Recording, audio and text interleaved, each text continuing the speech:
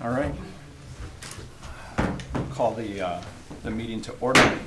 If we could have the roll call, please. Commissioner Atwood? Here. Commissioner Brady? Here. Commissioner Glizman? Here. Commissioner McCarthy? Here. Commissioner Petrie? Here. Mayor Hain. Here. If you would please stand, we'll say the Pledge of Allegiance. Pledge of Allegiance to the flag of the United States of America and to the republic for which it stands, one nation, under God, indivisible, with liberty and justice for all.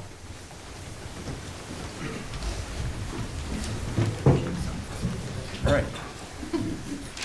That brings us to the approval of the January 5th, 2026 agenda. We have a motion. Commissioner Brady?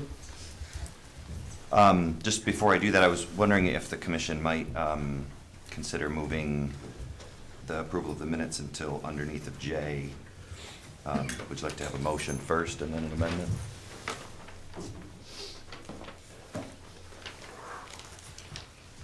Or should I can propose it as an altered agenda. Go ahead and, if you want to make an amendment to the agenda, then do that now with a motion. Yes, Okay. please. I make a motion to approve the agenda for January 5th, 2026, with the relocation of letter A, approval of the minutes, down to after letter J, unfinished business. That was J2. J2.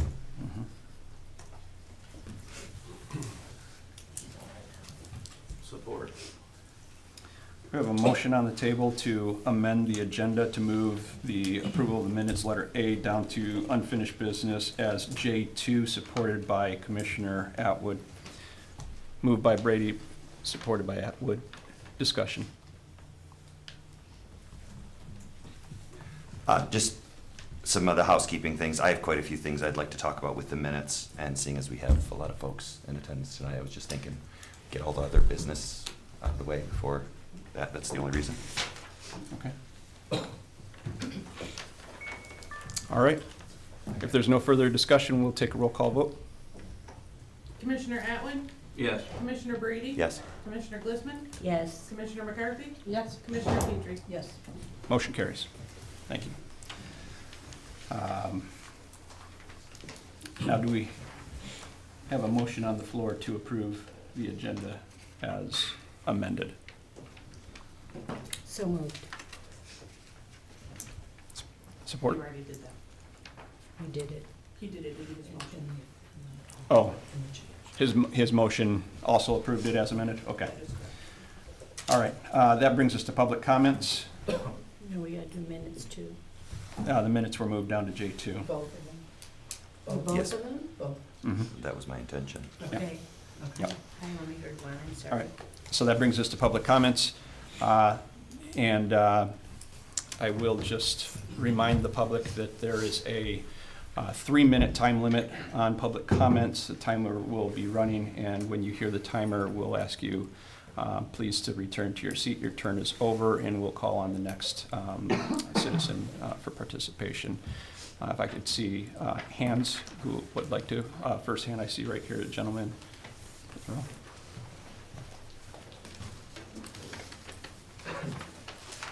Good evening. My name is Jacob Dickow, and I am one of the managing partners at SDRK Group. Recently, the city decided to not renew our cultivation license, stating that we have violated the odor ordinance related to marijuana facilities. Today, we have submitted our appeal on the non-renewal, which thoroughly outlines our position. What our intention is here today is to demonstrate the results of the non-renewal of our license and to put alongside real numbers and real people. Before we purchased this property at the old grain facility, the property was nothing more than blight. It was crumbling and rodent infested. Our company, which is family owned and operated, invested approximately $8 million in this project. The result is a revived property that brings in twice the property tax we used to bring in and has contributed to the community positively and has brought along with it 26 good paying jobs, 1/3 of which belong to people right here in Lapeer. $8 million invested in a 28-month construction project for which we used a number of Lapeer businesses and contractors for the job. Another $100,000 has been invested in odor systems, of which are above and beyond industry standards and which the city has approved. 26 jobs averaging $22 an hour, good paying jobs. Tax revenue for the city of Lapeer, the property tax portion of which is double what it was previously. $15,000 annually in licensing fees paid directly to the city of Lapeer yearly. To take the position of not renewing our license is effectively shutting down this business, and along with it, the jobs it has brought and the investment made in the city of Lapeer. The city, rather shockingly, has taken a position of the absolutely most extreme position a city could take, which is to shut down a business and to wipe away all the progress made here, directly impacting 26 local families. This is the type of thing that is reserved and would be expected for running an illegal operation or criminal behavior. We are none of these. We have always conducted our business with the utmost integrity and regard ourselves as partners with the city. This body is well aware that we have been working on the odor issue for over a year. We have spent over $100,000 now in improvements and will continue to improve upon the high standards we already have in place. I trust you will take this matter seriously in considering our appeal, and we welcome each of you to visit our facility for yourselves to see what no other facility in Michigan is doing to mitigate odor. Thank you. Thank you. Third row.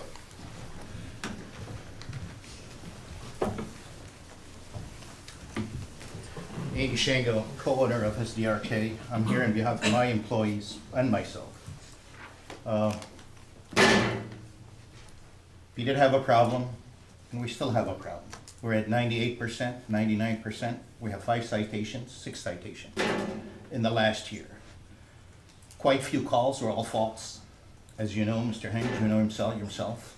A few calls that you've made. I don't want to point any fingers. What I want to do is reach out to the city manager. At the same time, reach out to the engineering department to work with us. We have submitted in our appeal 3 of the most expensive companies that actually do odor control in this business. We are willing to work with the city to make this work. That's the choice that I am choosing and giving you guys that option to do. Other than that, we're gonna end up in millions of dollars in court because we are gonna take it all the way to the Supreme Court to fight this ordinance. Your city attorney can advise you with that, and we will take it with the most expensive lawyers there is and the most that are in this business, and your attorney can tell you who these people are, to make sure that this is, it's gonna be tough to close me down. There's no way that I'm gonna lose all my employees, they're gonna lose their jobs, and I'm gonna lose $10 million. So I'm reaching out to the city manager, to the commissioners, to make this work. And if there is a way to do 100% odor-free building, I'm willing to spend the money and I'm willing to do it. So I'm gonna give you that option. Thank you. In the back. Gregory Dixon, Co-op Operations, and also SDRK as well. I'll keep this as brief as possible. Inside family-run cannabis and manufactured where data accountability and culture all both work together to consent quality. I've been at SDRK for a year and a half now. We've gone through many different problems. Phase 2, I'm not gonna lie, does smell. It did. Again, going off what Mr. Shango said, we've done many operations as well as building improvements to try to curb that. Most descriptions of cannabis production focus on equipment, lighting systems, or automated controls. Yet, Rick Thornton, one of our founders, one of our main manager, defining factors inside this cultivation facility grow up is something far less than mechanical. It's his people, exactly what Mr. Shango was saying.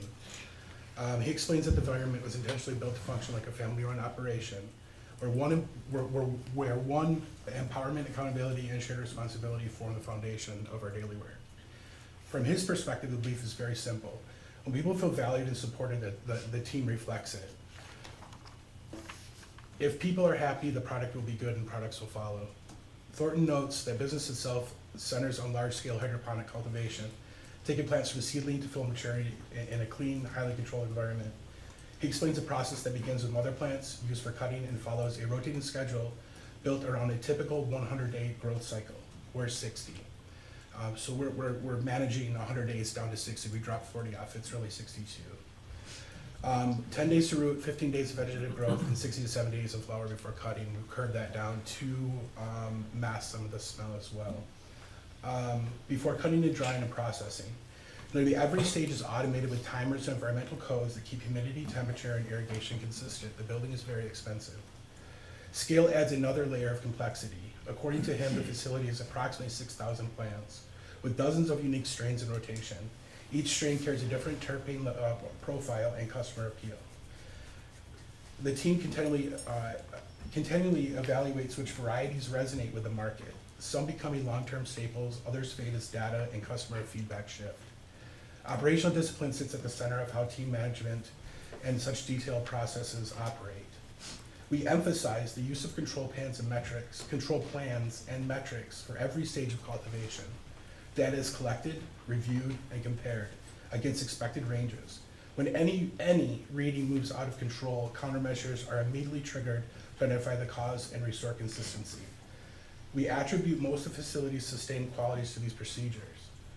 We implement after years, we've implemented, and after years of corporate roles, with precision and stability, we've gained where this is now becoming successful. Behind these systems is a small, close-knit team, as most of us are here.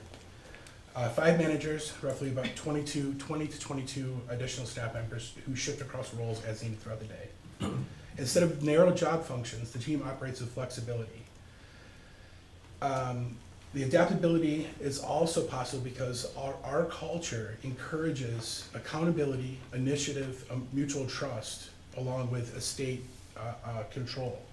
According to Mr. Thornton, our team has remained stable for years, reflecting both a work environment and emphasis on professional growth. In closing,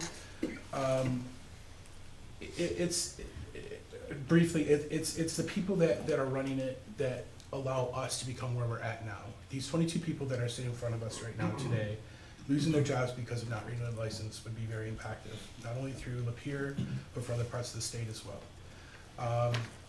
Again, please consider your choice with closing us down, and also with us possibly working farther with you, and we're willing to do whatever it takes to fix this, remedy the situation.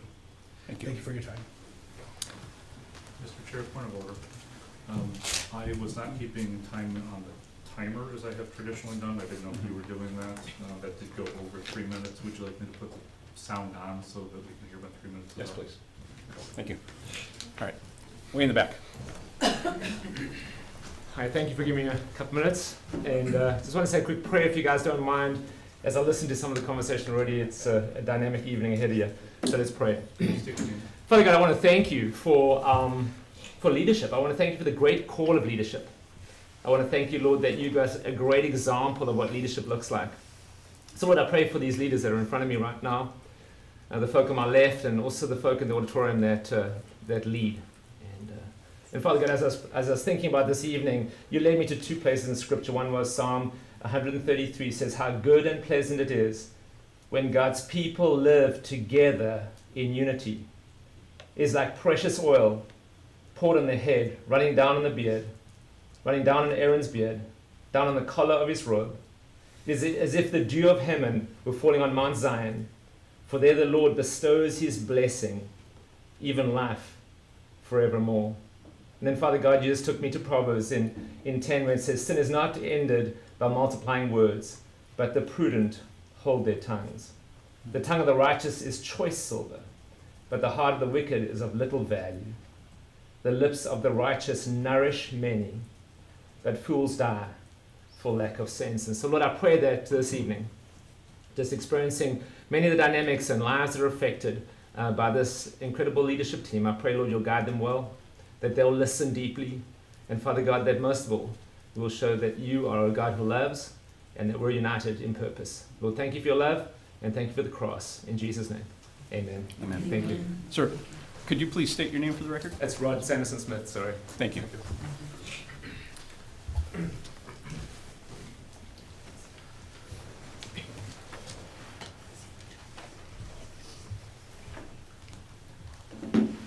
Good evening, Mayor and Congress members. My name is Savannah Hamilton Weiss. I was born and raised here in Lapeer. I am not a lawyer or a business member. I am just a worker and a Lapeer resident who depends on SDRK to support me and my family. When I heard that the city declined our renewal, my heart dropped. From what I understand, that could shut down our entire operation. To some, that might just sound like another business licensing issue, but to me, it's the difference between stability and crisis. This job has changed my life. It gave me a wage that I could actually live off of, which is rare in Lapeer. It allowed me to pay my rent, buy my groceries, and provide a sense of financial security for the first time in my life. It has also given me a sense of purpose in a team that I truly connect and care about. If SDRK closes, I don't know how I'll replace this job. The positions available in our area simply do not pay the same. I will most likely have to take a lower paying job, and that means something very real. Falling behind on bills, making painful choices about food and housing, and living with constant financial fear once again. I'm not asking you to ignore your responsibilities or overlook valid concerns. I'm asking you to see the full picture. Your decisions affect real families, not just a company name.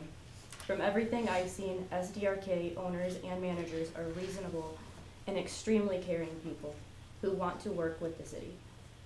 If there are problems, please give them clear and reasonable steps to fix them, and we will. Please, before you make a final decision, think about the faces behind this business who will feel the impact most. I'm asking you, person to person, to choose a path that lets us keep our jobs and our dignity while also addressing the city's needs. Thank you so much for your time. Thank you. Brendan Miller.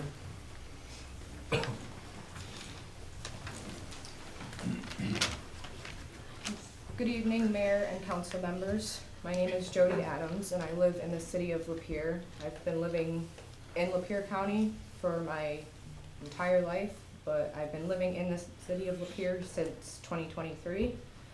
I work for SDRK Group's Grow Up, and I'm here because the denial of our renewal that may force our operation to close. If that happens, I will lose the income my family depends on, along with a job I cared very deeply about and coworkers who have honestly become a family at this point.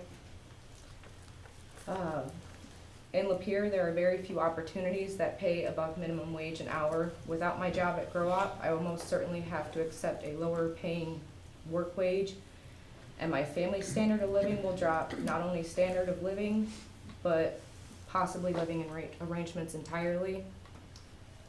Not only is the future of my job on the line along with my coworkers, but my significant other just had a cutback in his hours as well where he works.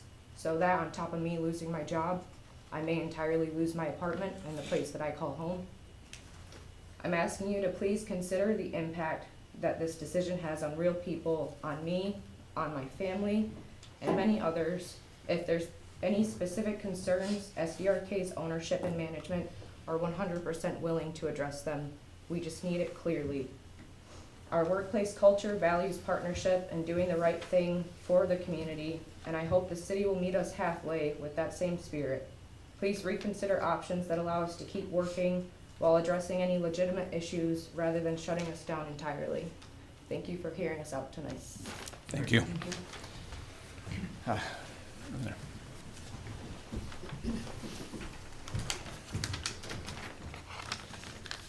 Good evening, Mayor and council members. My name is Lisa Belaski, and I'm the propagation manager at SDRK's Grow Up. I want to speak from an employee and leadership perspective. I've worked in several cannabis facilities over the years, and this is the most caring and supportive workplace I've ever been a part of. This company truly cares about its employees and the quality of the product we produce. In my role, I'm responsible for maintaining consistency, plant health, and quality from the very beginning of the process. We are trained and expected to do the things the right way, not the easy way. Exactly 1 month ago, I experienced a personal loss when my father passed away unexpectedly. And during that time, Grow Up gave me the time and space I needed to grieve and care for my father's affairs. They showed me understanding and support that I've never experienced in another workplace, and I will always be grateful for that. We also want to be good neighbors. I understand and respect that odor concerns are real, and I see firsthand the team continues to make changes and adjustments and reduce any impact on the surrounding community. We are not a faceless company. We are people. These jobs support our families and allow us to build stable lives through meaningful work.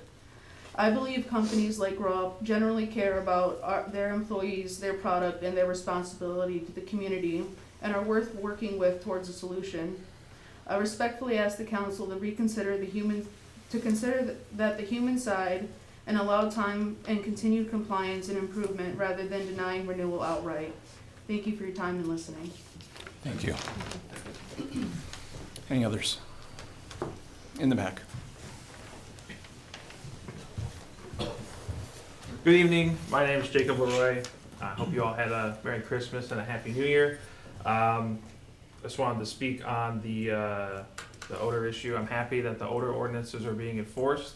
I'm happy that this issue is finally coming to a close. It's been a long time since we started this, and the odor ordinances were initially passed, and now we're getting some enforcement.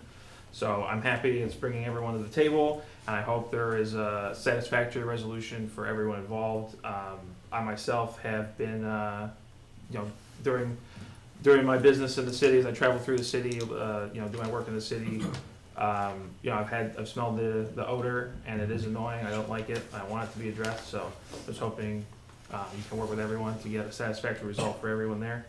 I understand in the coming months or in the future that the issue of the flock LPR, license plate recognition cameras, is going to be coming before this body. Again, I sent you all an email. I am not in support of those flock cameras. I believe they infringe on our Fourth Amendment right to privacy by surveilling every driver on our roads. And so I sent you some videos that I think point out that it is a violation of the privacy, and that the flock system in particular, that manufacturer has security issues that will put us all at risk, even non-residents of the city, because a lot of people come through the city. And then finally, I'd like to talk about the minutes. I've noticed reading through this minutes and comparing them to minutes prior to the November election last year, that the minutes are becoming editorialized. There's a lot of stuff in the minutes that is reflecting commissioners' feelings and other things in the meeting, and that's not proper. The meeting should be an accurate reflection of the business conducted by the city commission, and that's not being done, and that needs to change moving forward. Thank you. Thank you. In the back.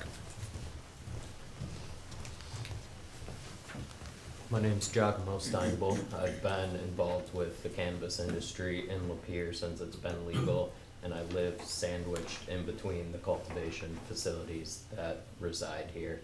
I personally have never smelled odor at my home, and I do understand that might not be all of our neighbors' pardon me, experience, but I do also know that the members of the constituency that work for our company and support their families are larger than the amount of people who have complained or had an issue with the odor formally.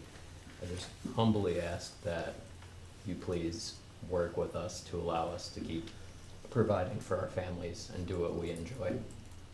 Thank you. Thank you. Anyone else? In the way.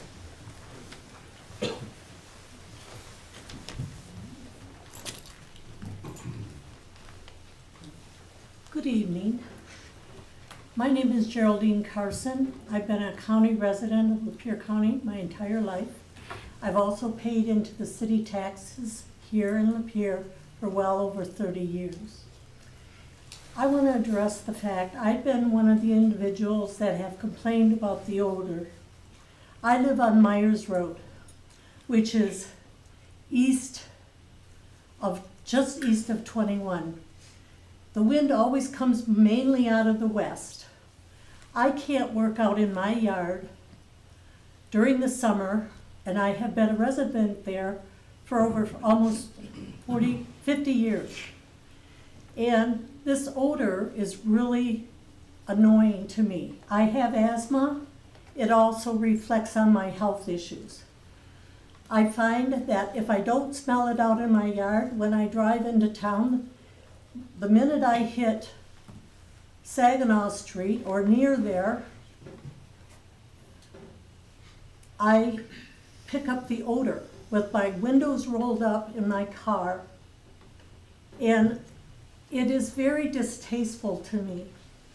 Like I said, I've come before this board before and complained. I continue to complain. It is very, I notice now that any city, a lot of cities that I go to, I can tell where there's a cannabis growing because that odor is so distinguished. And I just hope that you will do what you need to do. I understand there's people's lives involved. I give you, I pray for you for making a right and a good decision. Also on the flock issue regarding, which is gonna be, what was brought to my attention will be coming, I am verbalizing that I do not want my rights violated by that. I wish you would take that into consideration. And anybody that I have talked to about this situation have also voiced those concerns that it is a violation of our privacy. Thank you, and you have a great night. Thank you. Anybody else? Right here in front.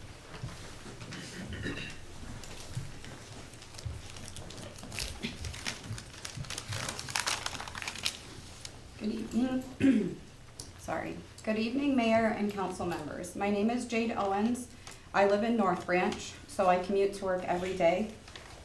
I have been employed at Grow Up for 1 year as of December 2025. It is the most positive and fulfilling position I have held in my professional career yet to date. This role has provided me with both stability and purpose. Grow Up is a premier cultivator, community-focused company made up of dedicated, hardworking individuals. The culture emphasizes teamwork, accountability, and respect. Those values exceed not only within the workplace, but also into the broader community we serve. I am also a newly single mother to a 2.5-year-old daughter. My position at Grow Up allows me to fully support my household independently. I do not receive child support from my former spouse. This employment is my sole source of income and is essential to maintaining basic necessities such as housing, utilities, and food for my child. Beyond providing stable employment, Grow Up consistently seeks ways to give back to the community.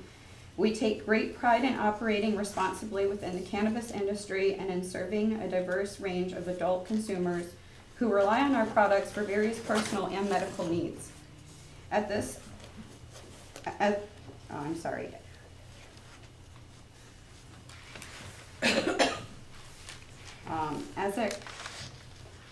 its core, this discussion is about people, employees who work diligently, follow regulations, and depend on this industry to provide for their families. I respectfully ask that you consider the livelihoods of these individuals when making decisions that affect our company and others like it.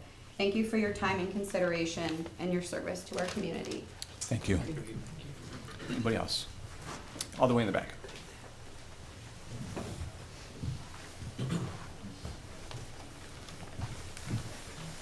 Good evening. My name is Anthony Ormsby. I'm a resident of Lapeer and I also work for SDRK. Here with everyone else to address the issues going on. My position at SDRK provides stable, fairly compensated employment at a wage level that is difficult to find literally anywhere else in the area. I would just like to respectfully ask the council to consider whether there is a path forward that both addresses the city's concerns and allows us to continue operating. From my experience, the ownership and management are completely reasonable, responsible, and committed to doing the right thing. If the city provides specific, reasonable conditions or corrective measures, I am more than confident that we will work in good faith to comply with those issues. Please understand that this decision is not just about a business entity. It directly affects workers and families who are dependent on this employment. I urge you to explore alternatives than to shut down and approach this matter with a spirit and collaboration of conversation. Appreciate your time. Thank you. Anyone else? In the middle.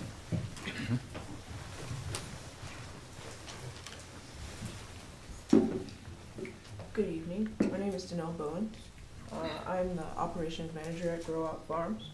I'm here today to discuss the facility has been denied the ability to operate due to the surrounding odor concerns. I first want to acknowledge the concern of the odor itself. It is a legitimate issue within the cannabis industry. I have worked in over 5 different facilities, over 4 different states. And this facility specifically has done its best to make sure that we mitigate as much odor as possible. We believe that it is good to be a neighbor. We believe in being a good neighbor, and it is just as important as being a successful business. We have invested in industry standard odor mitigation systems, including technology and new cleaning protocols within the facility. We have gone above and beyond all industry norms. And we have done this proactively, transparently, and at a significant cost, because we want to do this responsibly. Despite all these efforts, we are being told that the facility should be shut down, and I want to be honest, it feels like we're being singled out. In all the facilities that I've worked at, no one has had to do as much as this facility has done, and even with that being done, we have no problem doing so and continuing to do so. All I'm asking is that we don't get special treatment, but we get fair treatment. That we operate under the same and responsible guidelines that everyone else is in the state of Michigan. Our facility brings jobs to multiple families, tax revenue, and economic activity. We train our staff thoroughly, and we follow every CRA and OSHA requirement that is needed within the facility. We maintain strict and internal SOPs, and we are compliant, and we are responsible. We want to be a part of this community, and we don't want to be pushed out. All I'm asking is that the council today reviews the facts and allow us to operate under the fair and consistent regulation framework. We are committed to working with the city and with our neighbors to address any concerns and maintain transparency. All I ask is that the facility deserves the same chance to operate as any other compliant business within the city. This facility is the sole income for me and my husband, and we are currently working to start a family. This is the only job within the area that allows us to save and do so. So I'm hoping that you take the time to consider all of us as we are a part of this community. Thank you. Thank you. Anyone else? Gentleman in suit. Good evening, Mayor, council members. I'm Rick Thornton. I have overall responsibility for the facility. I'm going to go a little bit of a different direction here tonight. We're going to talk about what I see as a danger here. And that's the activity or inactivity of closing our business due to an ordinance. That by its nature is subjective, hard to measure, and often driven by a small number of complaints, many of which turn out to be false. When enforcement relies on vague standards or opinions instead of clear, objective, verifiable facts, several harmful things happen. I'm going to highlight those. Due process and fairness are undermined. A business can follow the written rules and still be punished because a few people feel that there is a violation. That's not predictable. It's not fair. No owner or worker can plan or invest under rules that move based on who complains the loudest. The system becomes easy to abuse. Vague, subjective ordinances can be weaponized by competitors, disgruntled neighbor, by anyone with a personal issue. If a series of false, unverified reports can trigger shutdowns or non-renewals, then the city is unintentionally encouraging misuse of its own complaint process. The third one is trust in local government. It erodes. When businesses see that decisions are based on claims that cannot be measured, verified, or consistently applied, they lose faith in the city's willingness to be even-handed. That reputation spreads and makes it harder to attract new businesses. The fourth one is workers and their families pay the price. As you've heard tonight, Shutting down a business over subjective violations doesn't just hurt an owner, it directly impacts employees, their families, and the local economy. Jobs are lost, income disappears, and the message is sent that even mostly false accusations can cost people their livelihoods. So my concern is that the ordinance is clear, objective, and enforceable with evidence or data. I feel like we have to get to that point to make it a fair level playing field. So everyone's going to vary in what they think smells, how strongly. We've heard people, it bothers other people, it doesn't. We have to back it with some data. Here's a few facts though I wanted to throw at you. There have been approximately 60 documented complaints. These complaints were made by 14 different people. 3 of them are here tonight. Over 67% of the complaints could not be verified, so you could essentially say they were false reports. A percentage of Lapeer residents complaining, if you put it to a percentage basis, is 0.0014 or less than 100%. The city zoned and approved both the site and systems at our facility with the unknown impact. I'm sorry, sir, your time is up. If you have. Let me close by saying I invite all of you to come visit. Statement, yep. Briefly. Anytime. Thank you. All right, thank you. Anyone else? I have something to say afterwards, can I? There's a second public comment period. Yes, we have a second public comment Okay, I near wanna the say end of the something. meeting, if you want to stick around till then. Over here.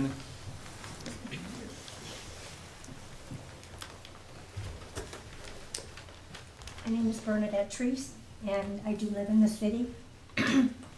I would like to mention concerning this issue that I have had the opportunity in Kalamazoo to tour and visit a cannabis grow facility. As I entered the parking area of this facility, I did not notice any odor at all. I was inside for over an hour.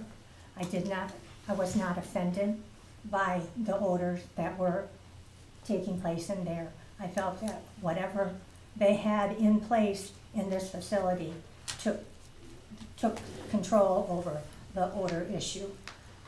When I left the facility, again, I did not notice any offensive odors. In Lapeer, where I live, unfortunately, I've never made a complaint, an official complaint, but I am one of the many people that do observe the offensive odors that take place here. And even though there are few complaints officially against this, there are a whole lot that are just out there and uncomfortable with what's going on. Based on what I've seen in Kalamazoo and what I see here, I would understand that there is something that can be done to control the odor, and maybe that would be the answer. Thank you. Can you please give us that company name so we can call? Excuse me. I will You talk guys to can you speak after the meeting. I just don't want to forget about it. I can appreciate that, but unfortunately, we, in the middle of the meeting here. Any other public comments? Over here.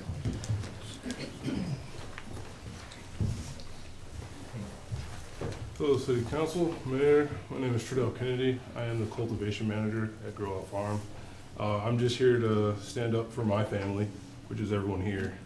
It is very important that we stay open because this is how a lot of people provide for their families. And there's nothing worse than feeling like there's nothing you can do to help your family out of a tough situation. So I really hope that you guys really do reconsider working with us to help us keep our doors open so that we can keep families fed and housed. Thank you. Any others? Right here. Hi, Carol Brown, Mayfield Township. After listening to all of this, I've never called to make a complaint either, but I will say every time I enter the city, I smell it. Always. It's not just once in a while. So, and then about the flock issue, I do believe that's a violation of our inalienable rights, and it's just opening the door for more government control. So I'm against that also. I'm a believer in Jesus Christ, and I just ask his presence here tonight. Holy Spirit, you are welcome in this place, and may your peace be on everybody, and give these commissioners wisdom, Lord. They have a tough battle to fight, Father God, and we, in Jesus' name, amen. Thank you. Any other comments? All the way in the back. Hi, my name is Wes Weber. I'm a city resident. My wife and I have lived here since October of 2020. I can see that this is difficult for you because the city has told these businesses that they can do business here, and now they're under threat of losing their businesses and under threat of losing their jobs. And I agree with a lot of the comments tonight that this, especially for this business, is unfair. And I will agree that the sense of odor is subjective, but it was objective to me as soon as I opened the doors to come into this room, and it is in this room, and it is all over Lapeer. It is an objective truth so far as I can smell that Lapeer has a problem with the odor, and I don't know that the industry is putting its best foot forward by threatening to sue the city of Lapeer for millions of dollars. I will say that I want to see no one lose their job. It's a hard decision. But I am concerned about how many marijuana facilities we have, distribution centers we have in Lapeer. And I think that I would ask you to consider one more thing, that the average consumption rates for marijuana are highest in the lowest income levels. And so if we have several thriving marijuana businesses in our city, that means that we have people of the lowest income levels using those businesses at higher rates, which means that we are attracting to the city of Lapeer a lower income, a less thriving overall economic scene. And so I would just say that we should consider that as an overall problem. If we have a lot of thriving marijuana businesses in our city, it is not attracting a thriving economy as much as we might think. And I would hope that for our city to prosper, we would have less marijuana use, especially considering the effects that it has on memory and long-term use can have on IQ. I mean, I would want to see the city of Lapeer thrive and have high-paying jobs with less use of substances that affect our ability to think and our memories and things like this. So I come at it with just different concerns. I think there are economic concerns that if we have all of these businesses and they're thriving, it's not so much an indicator that we are actually economically thriving. So I'd ask you to consider that as well. Thank you. Any other comments? All the way in the back corner.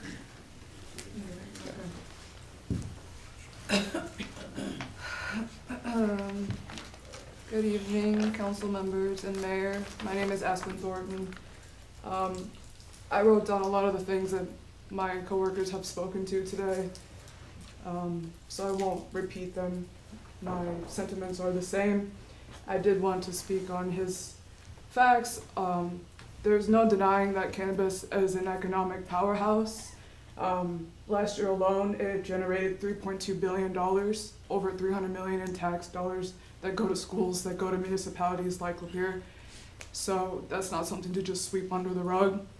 I also am share his concerns in who we bring to our community to grow cannabis if we are going to continue to grow cannabis. I would hope that it is also, you guys share the hope that it will be companies like us who want to work with you, that want to be a part of the solution. We do above and beyond work to work with you, to as Danelle spoke to, follow rules, regulations. We're here to do it well and to do it right. And I cannot say that every cannabis company that will come here will say the same or do the same. I've toured a lot of facilities, and they do not have the same morals and ethics that we hold as a company, because we care so much about this community and about our fellow employees. So I just urge you to really look at us as people. We care about this community, we care about our livelihoods, and we're here to be a part of the solution, not the problem. Thank you. Thank you. Any other comments?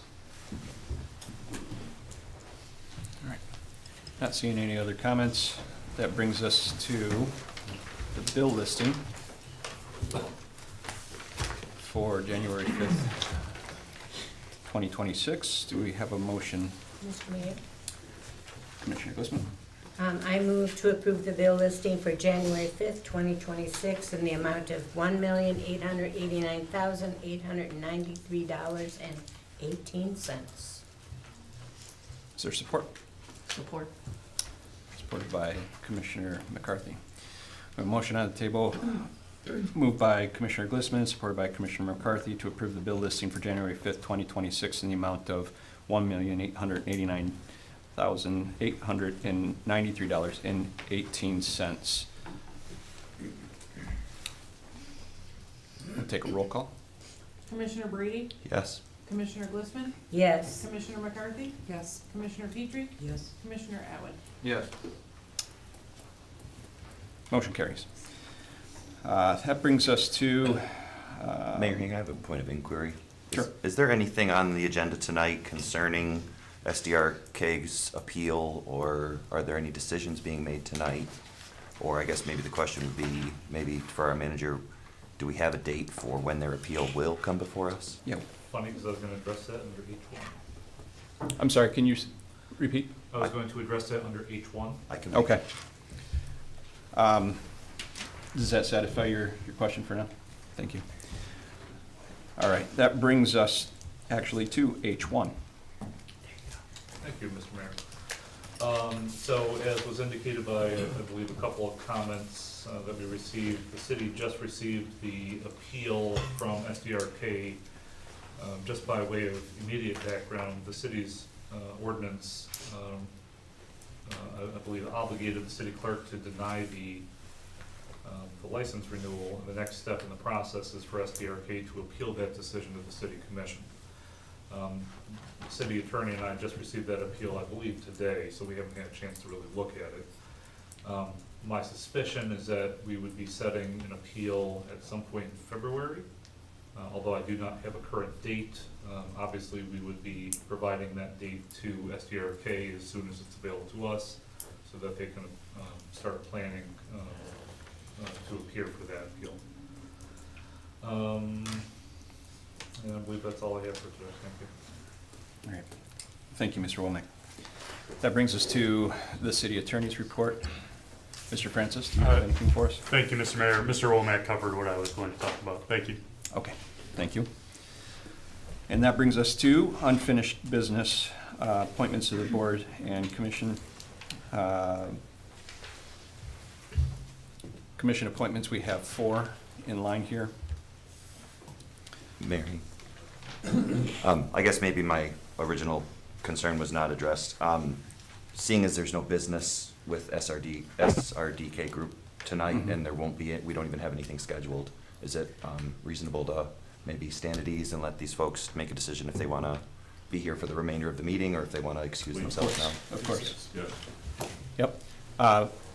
With that being said, we have no further business with SDRK tonight. Thank you for all of your comments, public comments tonight. They'll be all taken under consideration. The report that Mr. Womack gave, if you have any further questions, please feel free to reach out to the city and direct your questions to staff, and they could be routed accordingly. Otherwise, if you'd like to take a moment and leave, unless you want to stay for the remainder of the meeting, there is a second public comment section, if that's something that you want to stick around for as well. Otherwise, we're going to proceed forward with our business. But don't feel like you have to stay or that you're interrupting by getting up and leaving. Thank you, Mayor. Thank you for your time.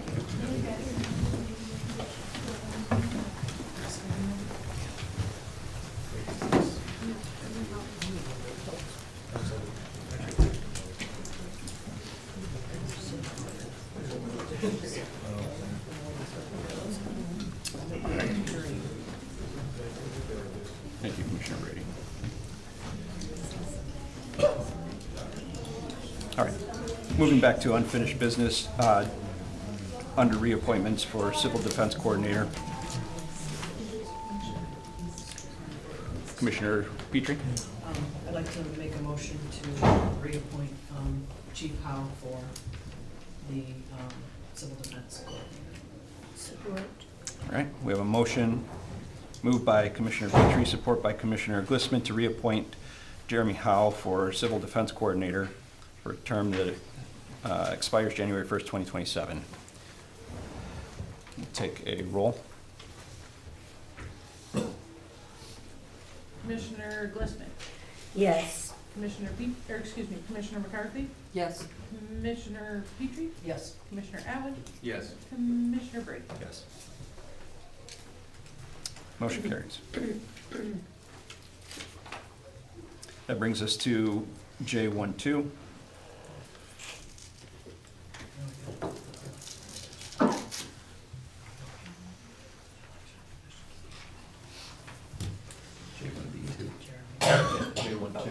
That brings us to J12.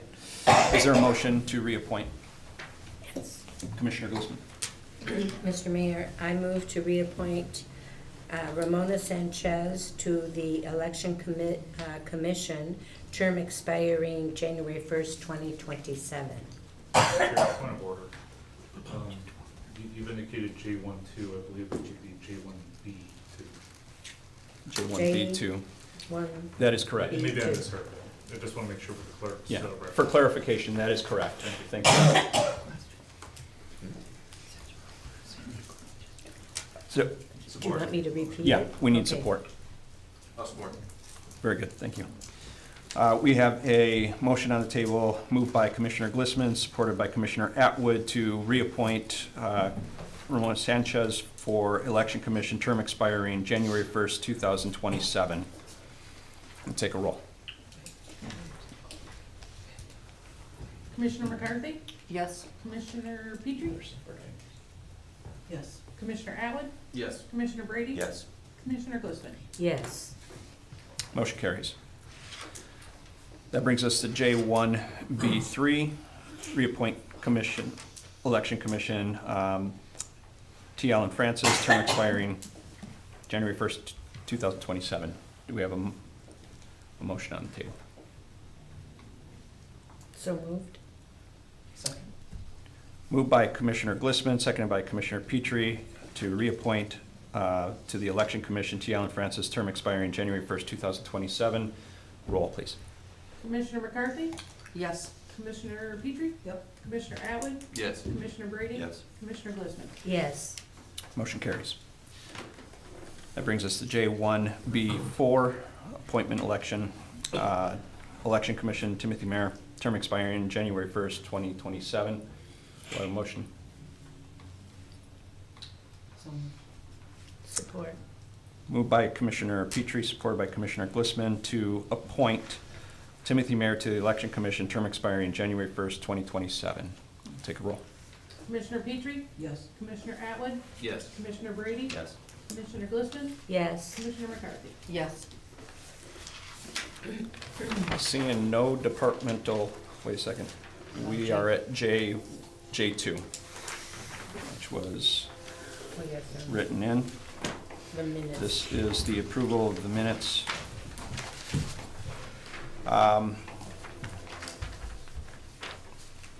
For clarification, we have J2.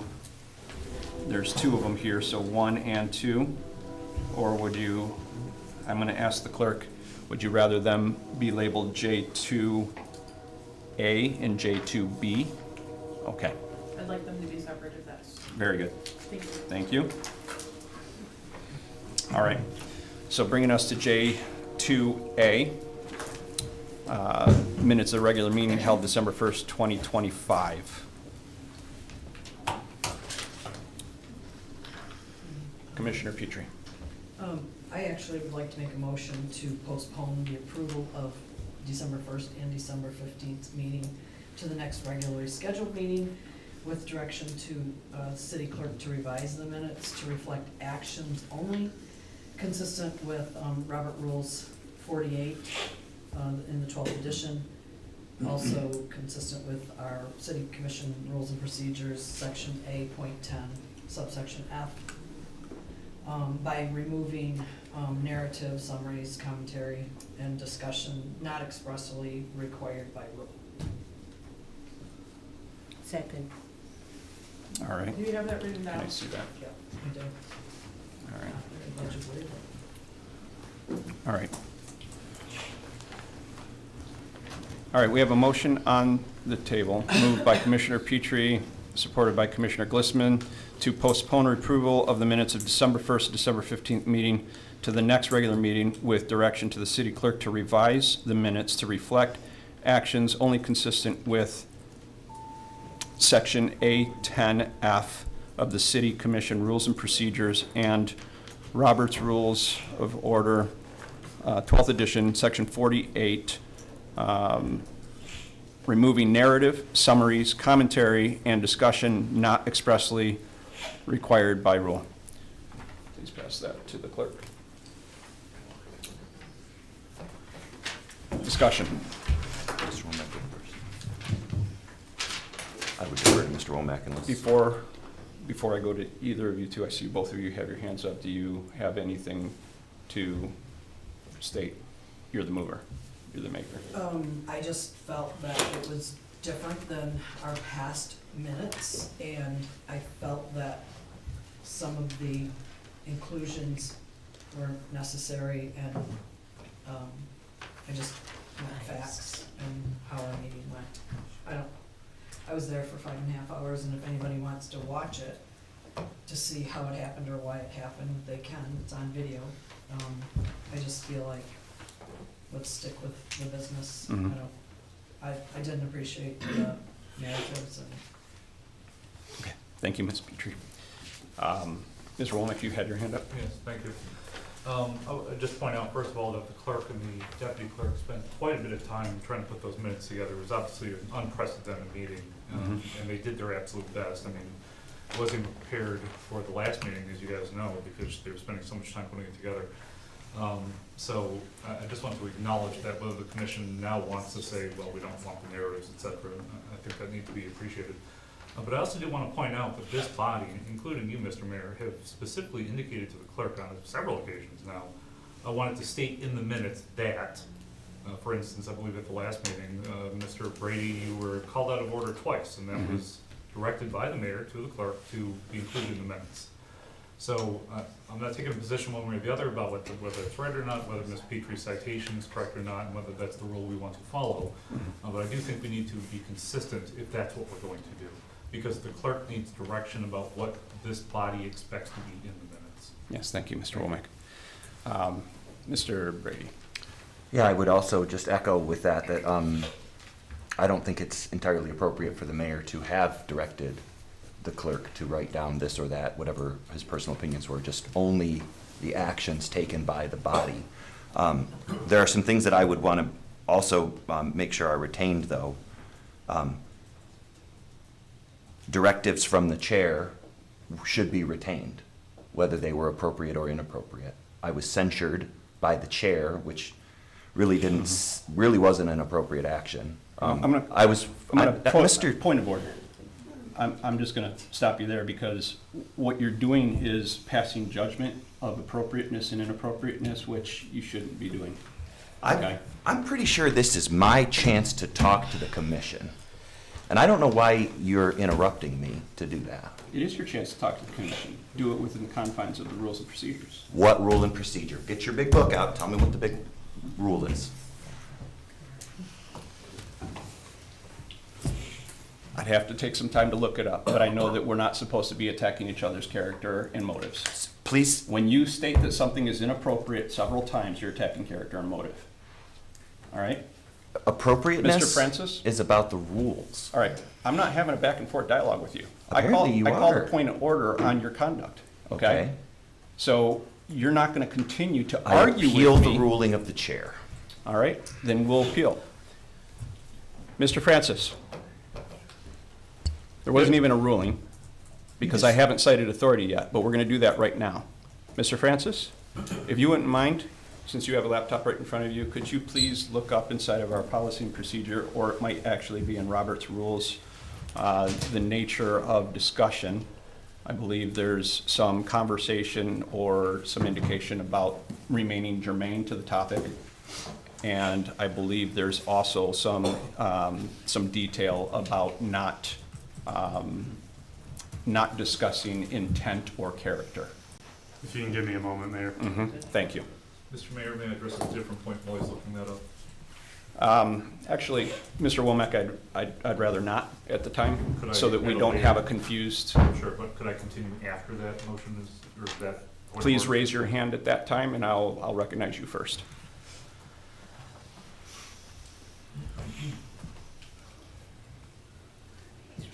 Point of inquiry. Sir, what is he looking up? He's looking up the authority that cites whether or not you should be attacking somebody's character or intent or motive. And what did I say that was attacking somebody's character or intent? By declaring that my request of the clerk to document certain summary was inappropriate, even though it's supported by Robert's rules as well to do so. In fact, what's not supported is an individual commissioner asking the clerk to retain summary or commentary. Only the presiding officer has that authority. Now, if a commissioner wants to have something retained, they can ask the chair to do so, or they can put it in a motion, and you can vote as a body to have the clerk do so. Those are the rules. So is he looking up the naming procedure? Right now, he's looking up whether or not you should be attacking motive and character. Okay, my reference was about the naming procedure. Then you can leave out words like inappropriate when you're discussing procedure. Because to add those words implies character in intent. Okay? So that's what he's looking up, is if I'm allowed to say appropriate, and that's what he's gonna tell us Whether or not. you're allowed to attack character and intent. And the judge of character and intent is you? I am the chair. If I feel that you're attacking someone's character and intent, my interpretation. By using the word appropriate? Then I will call it out, and then if you want, And you if can he, appeal it. and then I'll appeal it, and then this board will decide whether it's appropriate Yeah. for me to use the word appropriate. Look. Are you ready, Mr. Francis? I'm going to go in order. I may have Sure. more. The rules of procedure of the city, again, and I'll look at Robert's rules, but it's D6. One of the relevant, I think what the mayor is asking about is D6. One of the issues say personal comments about other individuals should be avoided. That's one issue. I'm continuing to look as we go. I wanted to advise you of that one. I'm sorry, personal comments directed at individuals, either by name or not by name. Is that? I'm sorry. Commissioner Brady? Is it? Can you refrain from speaking? Sorry? Unless you're recognized? I have a hand up, but. There is a disorderly conduct at meetings under item 7. I believe this is generally directed primarily at citizens, but it says persons addressing the commission shall make responsible comments, refrain from making attacks against the conduct or character of a person that's unrelated to the matter which they're doing the job. I will look at Robert's rules now in there. Thank you.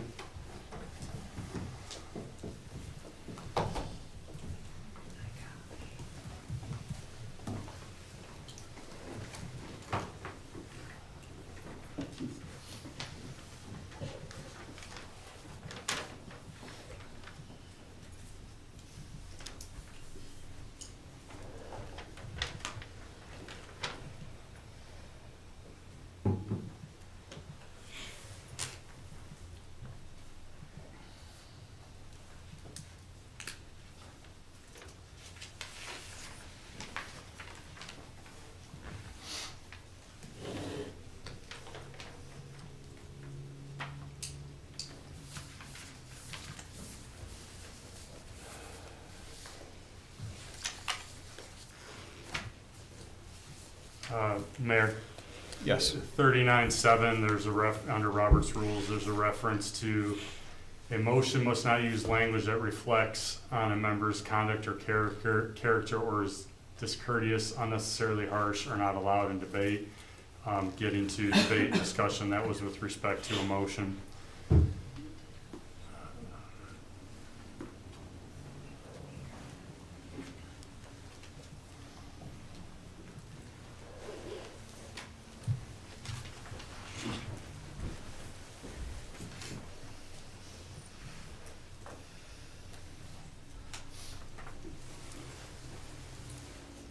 have been, Mayor, I did a search for the term character. That would have been what came up for character. Okay.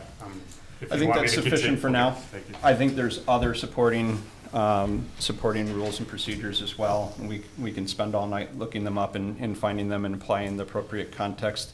That'll be my ruling. If you want to proceed to make your discussion germane to the topic of the motion that's on the table, then you can do so without implying any type of characterization of what's inappropriate or appropriate.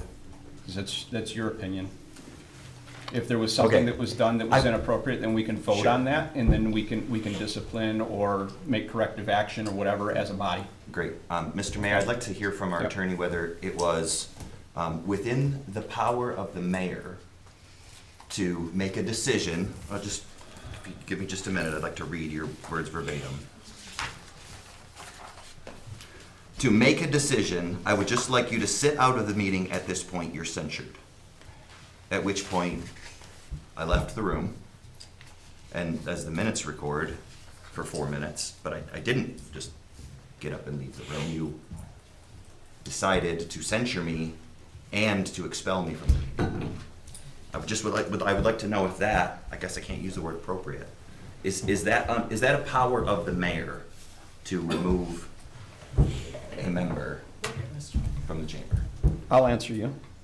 Since you want to direct it to Mr. Francis, but he's not a parliamentarian, he's our attorney, and I've asked him to look up some parliamentary rule because he's got a laptop right in front of him, and I appreciate that he's doing that. He doesn't have to, okay? It's not a legal opinion that we're looking for here, but I will say to you that it is not within the authority of the chair to censure you without a vote and ask you to leave the room unless there's a vote. You came back into the room, that was clarified during that meeting, and then we followed the appropriate procedure to do so. You were censured without any penalty. I believe the motion was put forth by Commissioner McCarthy and was seconded by someone else, and it was carried, okay?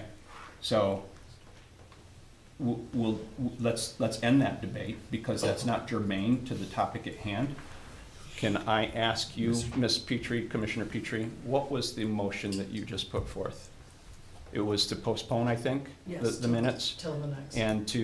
And to have them comply with, if I wrote this down, I think the clerk has your paper.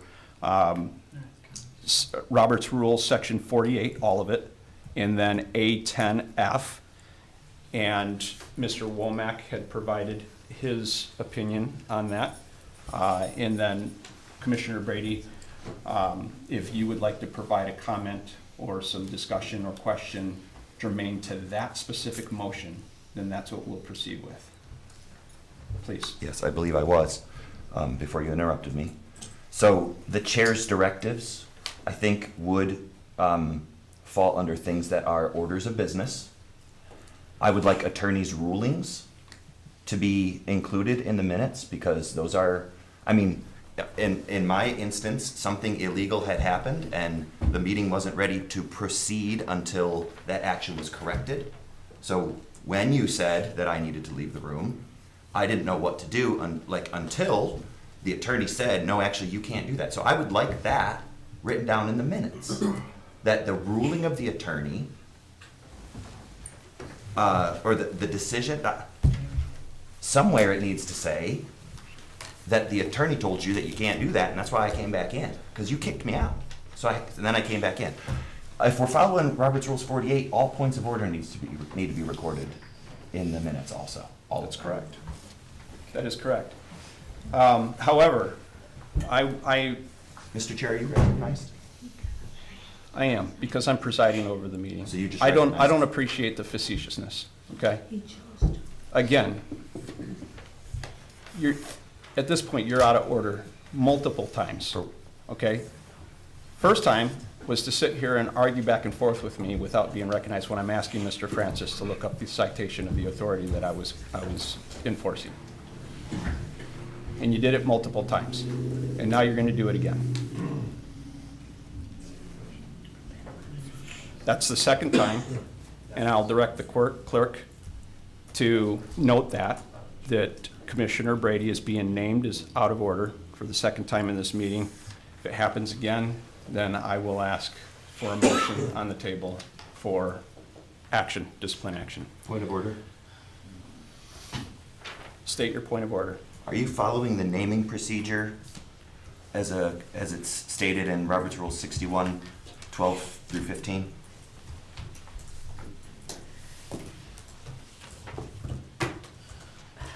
One, 12 through 15. I'm gonna just call the question, please. Right there.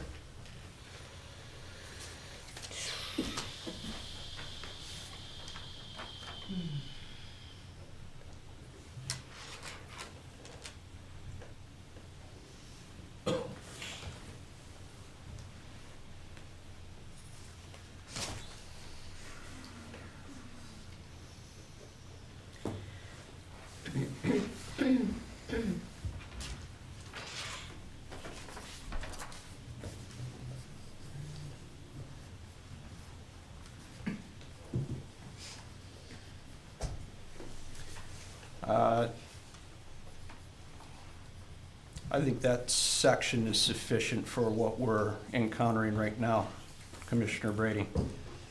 Could you please inform the board so they can be aware of what's proceeding?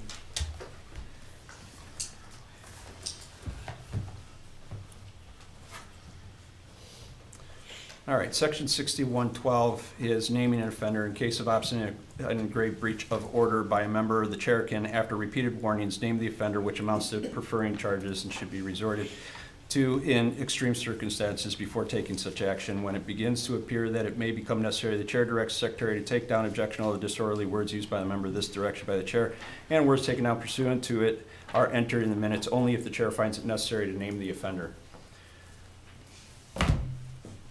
After the last couple of meetings we had, Commissioner Brady, with your behavior, dilatory points of order, extending the meetings unnecessarily, I think that this is an extreme case, and I'm cutting you off at the beginning of it. You've been warned twice. I'm not having the clerk record any words or summary. That's my prerogative.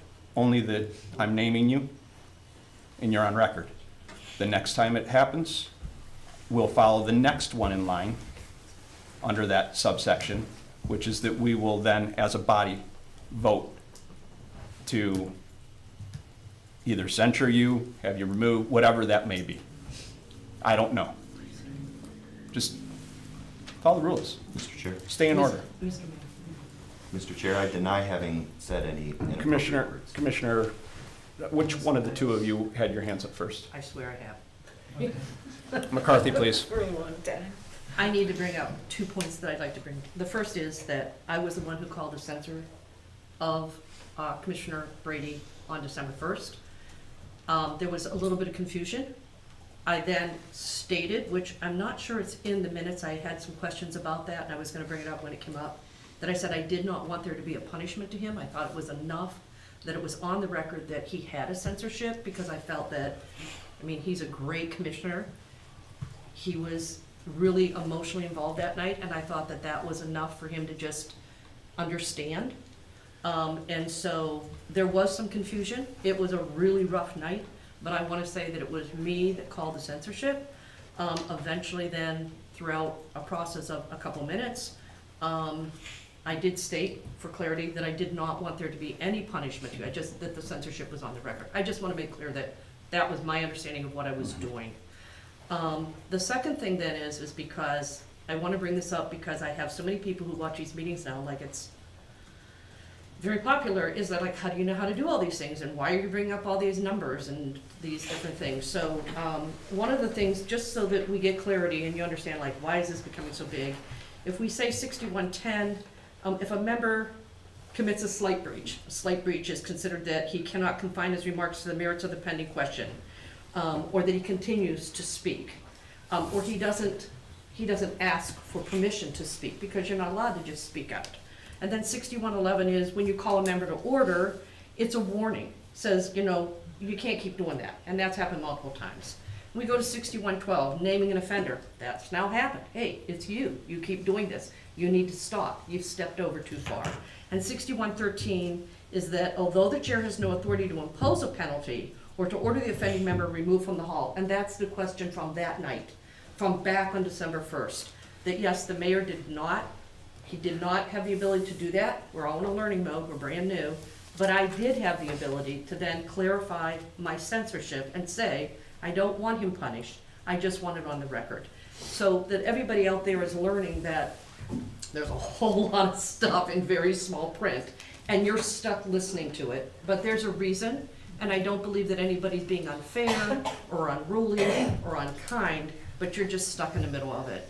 And I think that last but not least to say this is there was a lot of discussion on being transparent, and transparency is not having all the discussions behind closed doors. Sometimes transparency is the ugliness of seeing it right and smack dab in front of the meeting, and maybe someone taking a minute to explain it to you so you understand why this is happening. That's it. Thank you, Commissioner McCarthy. Commissioner Petrie. I just wanted to say, and I could be wrong, but my recollection, and I watched the video back, I don't remember you saying leave. He got up and left on his own, and you even said he left. I didn't tell him to. That is correct, yes. And you were pacing out in the back, and you came back in. I don't know why you came back. My exact words is, I don't care what he does. And then that's when we went into your But motion. I don't think anybody asked. So, My point is, I don't. we're gonna stop there because we're off of the topic. None of this is germane to the motion on the table.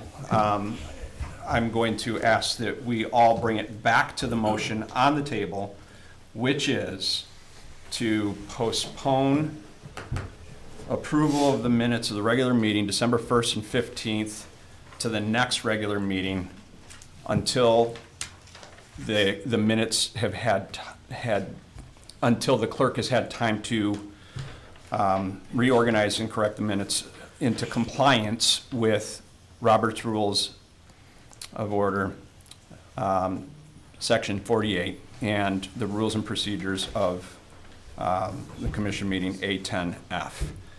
I'm gonna need somebody to point that out. My minutes are compliant with all of that stuff. If you want something removed, it's gonna have to be Yeah, stricken. we'll do that. or Just told a to. second here. So, Those minutes were 147 pages long. yeah, I've seen them. I've read them. So, we'll just go to rules and procedures that she stated, A10F. We'll go there first. A10F. The clerk shall not be responsible for a written record or summary of discussion or comments of the commission. Upon direction of the presiding officer, the clerk may provide a summary of an individual's comments. Let's just take a quick look at these at first glance. Very beginning, Mayor Henning opened with a few remarks regarding last meeting, sharing this commission operates under a defined authority in this order. First, the charter. Second, the rules, procedures. Third, Robert's Rules, 12th edition. Additionally, comment there is no charter provision, no rule. This is a commentary. This does not reflect action. We'll go to Robert's Rules 48, Section 48, that Commissioner Petrie is stating. And that's just on the first page. I think if we go further down, same page, second. You cannot correct staff here, so. She asked for the correction, Not Commissioner from- Atwood? Not from you. You didn't make the motion, Commissioner Petrie. Commissioner Petrie asked if I would. And just for the record, How do you I'm- map everything down? because I'm the chair, between you two? I'm the presiding officer, I'm the chair. I asked- And I rule on procedural issues. This is my meeting, not yours. Point of order. Your point of order is not heard. Point of order. Sir. Commissioner Brady. I take deep offense to the phrase that this is your meeting. Sir, this is the meeting of the commission.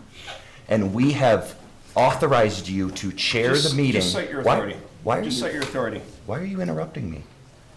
Because I don't want a long dissertation of your opinion in your offense on vernacular, okay? Charter, I need chapter you to 4, just cite an authority. section 1. The rules, or the roles and duties of the mayor. You are the presiding officer, you are not the commission.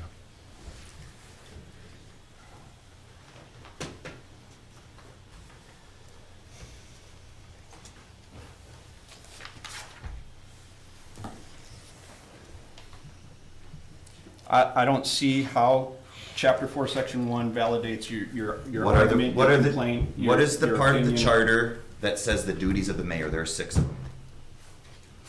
I hope that you can find them. Chapter 4, Section 5.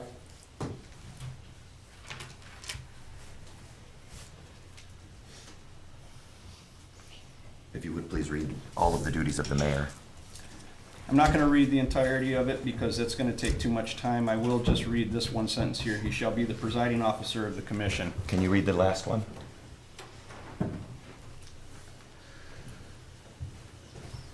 D. I think.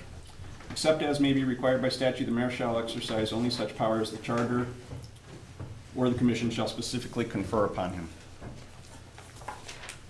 I don't see how presiding over a meeting is stepping outside of that. I'm presiding over the meeting, Commissioner Brady.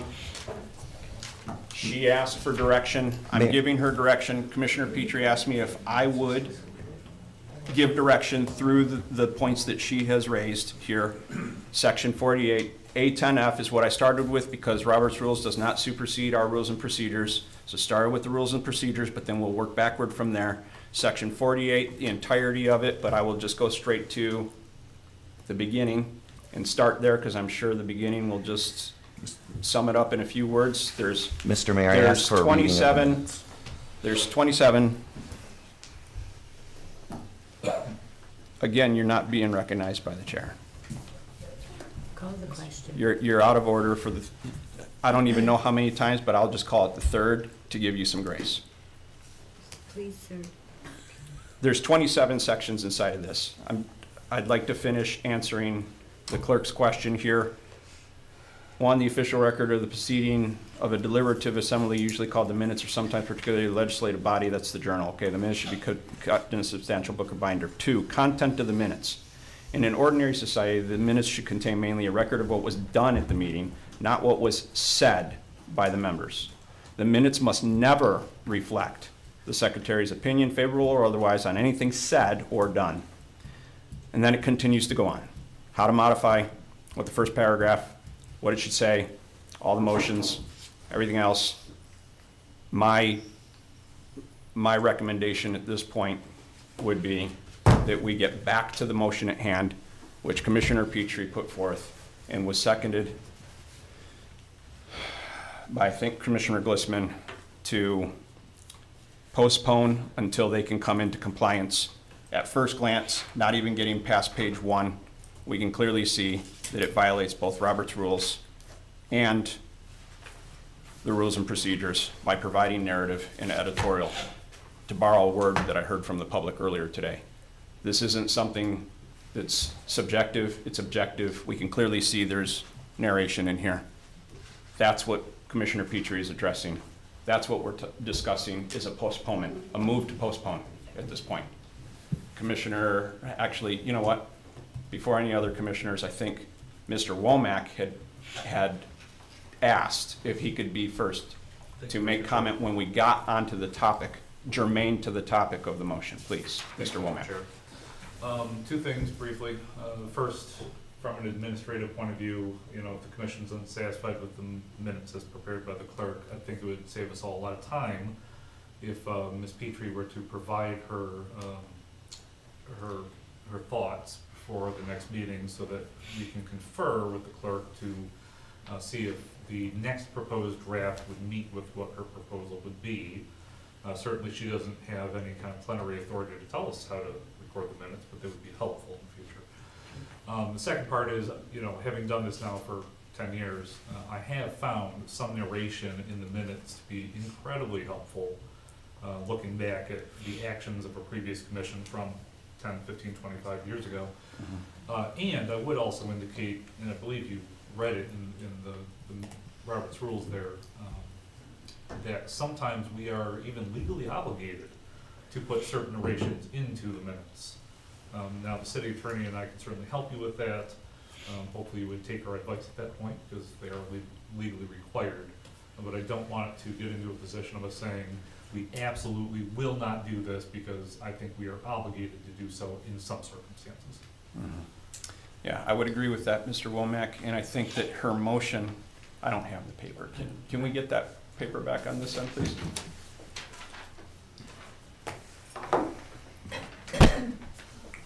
I remember reading this, something to this effect. What does it say at the very end? And discussion not expressly required by rule, which I believe is what you're referring to, Mr. Womack. So I believe her motion covers that concern. Thank you. If I may just Yeah. address briefly. So required is one thing, but I did indicate previously that there had been many times in my career where some narration, even if not necessarily required, was helpful. I think that's understandable, and I think that we can allow for some flexibility there, Mr. Womack. And unfortunately, I think that just at first glance at both of these sets of minutes, there's just entirely too much narration that seems to be missing some context, a little bit of extra stuff that doesn't even necessarily pertain to the action or the result. Robert's rules and our own rules and procedure really do orient toward an action-only accounting of minutes. And I think we should stick to that as closely as possible until we find that area where we need to exercise that flexibility. If there's a question, then I think that, Mr. Womack, that you could reach out through normal communication lines, email, phone calls, whatever, and ask the right questions, or take it upon yourself, the discretion. And then it comes here, and then we make a decision to approve or not to approve, right? So, Mr. Chair, reach out to who? reach out to whoever it is that you said that you would like some further clarity from Commissioner okay. Petrie. Thank you. Yeah, so in this instance, Sure. but in the future, if there's anything like this again, then whoever the involved parties are, right? Thank you. So, thank you. Commissioner McCarthy. I would like to request that we read the motion over and then we call the question so Very we good. can get it to the vote and move us forward. All right, I think if we read the motion over, unless there's any further discussion, actually, here. Do you want me to read it, or the clerk, or? Well, just out of curiosity, we've now had 2 calls of the question, which I think is a subsidiary motion that has to be dealt with prior to. Well, people keep suggesting a call to question, but we don't actually have a call to question on the table. But I think what we can do, I'm just asking, can we read the motion and vote on it at this point? I'm not gonna recognize any more unless someone hasn't spoken. I think, Mr. Atwood, you had your hand up once. You haven't spoken on this topic of debate. Would you like to exercise your Yes, I had a couple questions. your request? Go ahead, please. Thank you, Mr. Chair. One was kind of already answered, was does our clerk have enough information to move forward in revising the minutes? Mhm. Because if I was her, I would not want to revise the minutes until I was given more direction, because Of course. the second question, piggybacking off that, was how much time has been spent from the staff on these current minutes? All right. That is a good question. I don't know if you guys are prepared to answer that right now. Mr. Womack, is that a question that you're prepared to answer right at this moment? Well, I believe the clerk did count the minutes, or has a reasonable idea. You'd like to hear from the clerk. Madam Clerk? Those minutes took me over 40 hours. Okay, 40 hours. There were 147 pages Mhm. that I took down.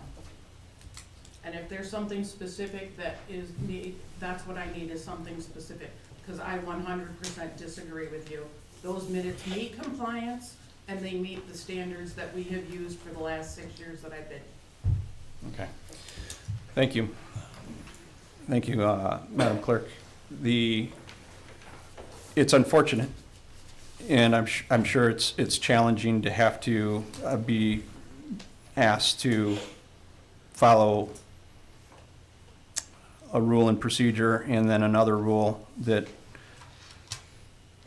have existed, and it's unfortunate that we've gotten into the custom of not following them, and that we've spent a lot of time narrating and editorializing that maybe some of those hours in those pages could have been significantly reduced had we just been paying attention to the rules we have in front of us. It's very unfortunate. I'm so sorry. Commissioner Petrie, your motion is on the table. It has been seconded by Ms. Glissman. I believe everybody's had a chance to talk at least once, some cases 2 or 3, 4 times. Mr. Mayor, point of order. I'm going to call for a roll call. Mr. Mayor, Can you please? Yeah, are we operating as a small board that would allow me to have as much discussion as I would like to have? Or are we operating as a large board, which it seems like you're trying to enforce that standard on us now? It's interesting that you want to flip-flop now to Yeah. a small board after you I fought would so like to know. adamantly in a previous meeting. Mr. Mayor. No, you're not recognized. You're Selectively not recognized. enforcing rules You're against out me. of order. And then you argue with My me goodness. when I'm recognized, sir. And then you challenge me.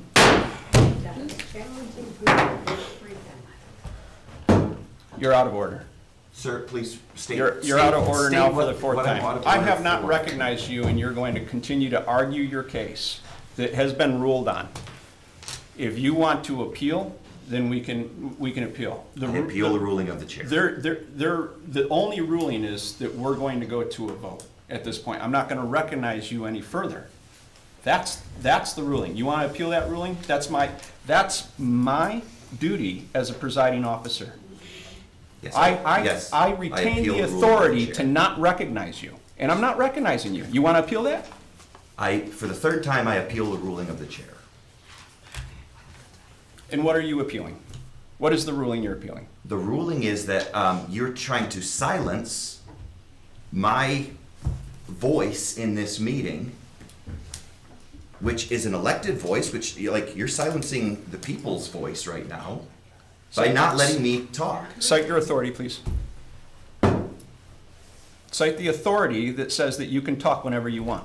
I have appealed the ruling of the chair. I'm just looking for a second. That's- And then if the that's commission the wants to appeal. vote on it, In order to appeal, first of all, I never heard a point of order to that effect. But if you got a point of order, cite the authority, and then I will interpret it. I'll rule on it. Cite the authority that says you can speak whenever you want. my point of order is that you are denying a member the right to speak by not recognizing me before the vote. All right. You don't have the floor at this time. Mr. Francis, if you would please. Are there any rules or charter laws or policies, procedures that we have that you're aware of that, one, gives commissioner to unfettered reign to just speak whenever they want? That would satisfy him. That would be his appeal. He wants to speak whenever he wants and not be recognized by the chair. Or B, that allows the chair, the presiding officer, to not recognize people. Without having the numbers in front of me, Mr. Mayor, the general understanding and rule is that everyone's afforded at least one opportunity to speak, with person making the motion given the first opportunity, the second, then sort of it's up to the chair as we go around after that. Yeah, yeah. And your understanding is that's the chair's discretion? Correct. Yeah, okay, thank you. Mr. Mayor, I don't think that you answered my question. I think Again. you fulfilled your question. The question, your question, whether you can just speak whenever you want? That's not my question. What? Does the chair have the ability to tell a member, to deny a member the right to speak and Yeah, that's participate what in he just discussions? said. He said everybody has the right to speak at least once, and then from there you go around and it's at the discretion of the chair, is what he just said. And my discretion is, I'm not recognizing you anymore. That's the 5th time you were out of order. At this point in time, we're gonna take a roll call on the motion. I'm gonna repeat the motion. We're gonna take a roll call on the motion. Moved by Commissioner Petrie, seconded by Commissioner Glissman, to postpone the approval of the minutes of December 1st, December 15th meetings to the next regular meeting, with direction to the city clerk to revise the minutes to reflect actions only consistent with Section A10F of the City Commission Rules and Procedures and Robert's Rules of Order, Edition 12, Section 48, removing narrative, summaries, commentary, and discussion not expressly required by rule. We'll take roll. Commissioner Brady, Yes. Commissioner Glissman, Yes. Commissioner McCarthy, Yes. Commissioner Petrie, Yes. Commissioner Atwood. No. Motion carries.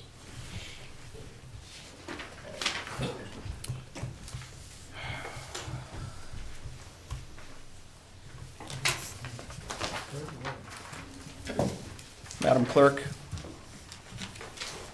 at this point, I've lost count, but I do believe that I find Commissioner Brady named in out of order a minimum of 5 times during this meeting. I'd like that recorded. We'll move on to departmental communications. We have none. That brings us to the final public comment section of this meeting. Are there any members of the public that wish to speak? See.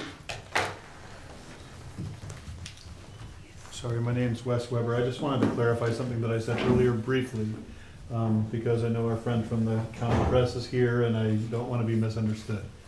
What I said was that as I entered the room, the weed smell was not subjective, and the argument from that community was that it's a subjective thing. And that I don't envy the city being in a position to have given out these licenses and then have to revoke them. But I want you to consider another angle on this, and that is the data that we've had since at least 2020, that in the state of Michigan, the highest rates of marijuana use since it's been legalized have been in the lower income bracket, sometimes by a factor of 3 or 4, which means that if the marijuana businesses in our community are thriving, it's an indicator that the citizens in our community are not economically thriving. And so not only do you have to deal with the oppressive odor, but it's like a double-edged sword, because you have to deal with the effects that the substances has on the people that are already in those lower income brackets. A substance that inhibits their mental sharpness and their clarity and their ability to thrive economically. So I just wanted that to be said. That is what I intended, and I wasn't intending to attack someone's IQ or anything like that, okay? And that is a concern I have for our community. I want us to thrive economically, and I don't think that business in particular helps us there. Thank you. Thank you. Any other public comments this evening?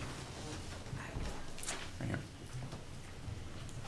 I'm very, very disappointed in certain members. I'm not going to be disorderly and name names of how these meetings have been going on and prolonged, not needful at all.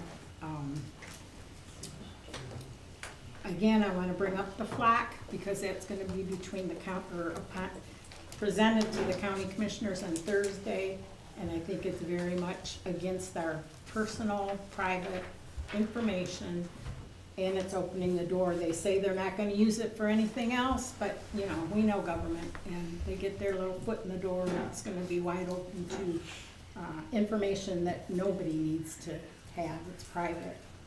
So, thank you. Thank you. Karen Bashako, I live in Metamora. I actually spent a ton of time in church as a kid. And by the way, I don't love that I feel like I'm in church again when I come to these meetings. I really feel that the extreme level of religiosity and the rising level of religiosity here is a counter to government, especially of a pluralistic society. But one of the arguments that came up all the time when I was a kid was the letter of the law versus the spirit of the law. And where our folks always came down was, if you're stuck in the letter of the law and you're losing the spirit of discussion, of openness, if you're being oppressive, you really got to look at yourself here. And you know, I brought up a couple of times now, I emailed you guys specifics about how your public comment policy, as written into your policies there, is going to be found unconstitutional. If it was brought before a court, I have really no doubt that it would be. You need to change that immediately, because I have no doubt that Mayor Hing here, just as he hair trigger reacted to the word inappropriate, will react at some point, just like gaveling John DeAngelis for saying baby a couple meetings ago, calling someone a baby. this is a mess. This is a mess, and Mayor Hing, you are bringing the mess, in my opinion. You're stuck on authority, and the fact that, you know, you gotta have maturity when you're in leadership. And you get friends to come in and praise your leadership, but you gotta have maturity and just, you know, allow some discussion. Allow someone to say something you did was inappropriate. You can disagree with it, but allow someone to say it.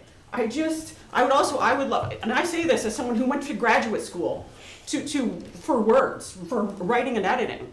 I would love to know your formal education in it, because how you are applying what you think about words here is affecting this whole community, this whole board, this whole community. And I would love to hear it. I would love to hear what graduate school discussions you went through for many, many hours about that, because I think you're all wrong in how you're applying it.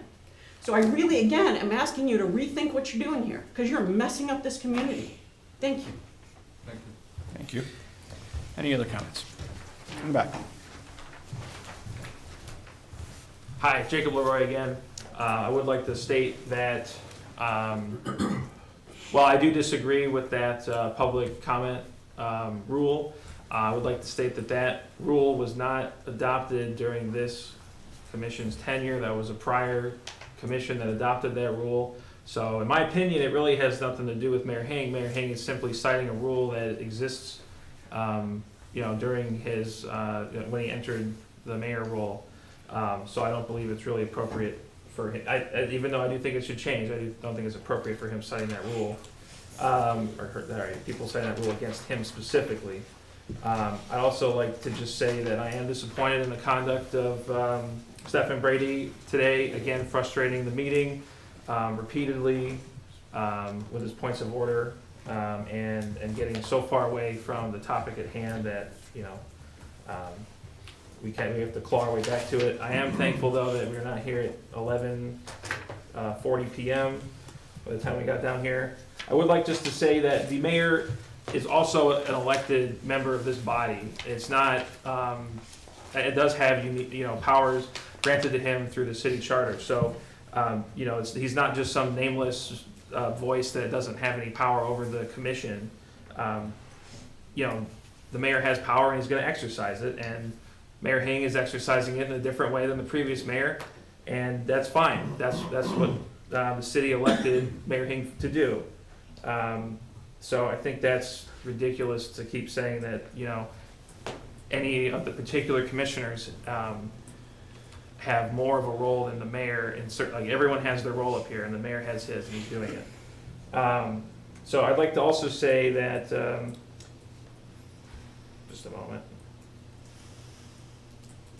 So the city manager also stated that in the past, narrations in the minutes have been helpful, but I, again, don't think they are proper. These meetings are recorded. Everything being said here is recorded, so if you need to look back at what exactly was said, I don't think the minutes are the appropriate place to do that. We have the video recordings. I would like to maybe some further clarification on the meeting minutes length. I looked it up in the packet just now, and I believe the minutes for each meeting was approximately 8 or 10, and then about 6 pages long. So I know the clerk had stated that it was 140 pages, so maybe there's part of the process I'm not familiar with, and maybe there's more to it, and it gets pared down for what's actually presented in the packet. And then I do believe Robert's Rules allows the presiding officer to direct the clerk to add statements to the minutes, and then only the presiding officer of the meeting has that ability. So, you know, the commissioners don't get to do that.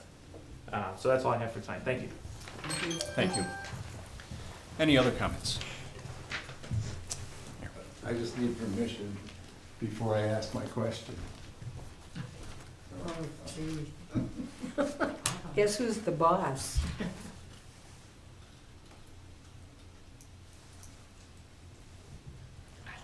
Yeah, that's fine. Okay. I listen to a multitude of people. Oh, sorry, please state your name. My name is Rick Crow. Thank you. And I listen to the people who have their jobs at a marijuana place. And I'm curious how far back we've been doing this. For, I don't know, it's been a year, 2 years, 3 years. He's willing to spend millions of dollars, you know, to fight you, but he's spending millions and he hasn't fixed it. You know, I don't know where that lies, you know. the people who are gonna lose their jobs have to talk to him because he can't get his facility in line with the laws. That's my observation. Sorry. Thank you. Thank you. Any other comments this evening? Seeing none, we'll move on to the closing comments, starting with commissioners. Any commissioners have closing comments? Commissioner Petrie. First of all, I won't shut down free speech for anybody. Our procedures were put in place, I believe, a year ago. 4 people voted for it, 1 person voted against it. Mayor Hing has to enforce it. It's what he took his oath for, so I think that, Ms. Pacheco, you're probably directing it to the wrong person. I'm sorry that you feel that way about prayer. People that stand up here in their public comment time have the right to do that. Whatever religion they profess, we give them that right. That's their First Amendment right. And when I've prayed, I leave my seat and I speak as someone in the public. That is my right. I'm sorry that that offends you. I'm gonna pray that it becomes unoffensive to you. Thank you again, staff, for doing this again. I'm sorry that the arguments and the conversation, that's putting it lightly, becomes so heated. I'm not sure where that's coming from. I'm sorry about it, and I'm apologizing that you have to sit and listen to it, because the rule is nobody likes to hear the parents fight. And so I apologize for that. I'm hoping, again, I'm gonna say this again, I think I've said it for 2 past meetings, I'm hoping that the next time we meet, we can all act like we're a team. And I know for one, I'm not gonna speak for anybody else here, I am here because I love this community, I love our staff, I love the people that love our city. I even care about those people from SDRK that are concerned about their job. I care about everybody. That's why I'm doing this. This is why I ran a campaign to do this. I won't say that I've never had second thoughts, but I'm telling you, we do this because we love our community. I'm not in it, Ms. Pacheco, for power or notoriety or anything else. And I invite you to run for an office and feel like you're part of something, if that makes you feel, I mean, that's why I did it. I don't think she's supposed to be addressing me. Not be addressing. Okay, sorry. I'm just saying, we all have that right. That's why I did it. I ran because I did attend the meetings, and I thought, what can I do? What can I do to make a difference? This is what I'm trying to do.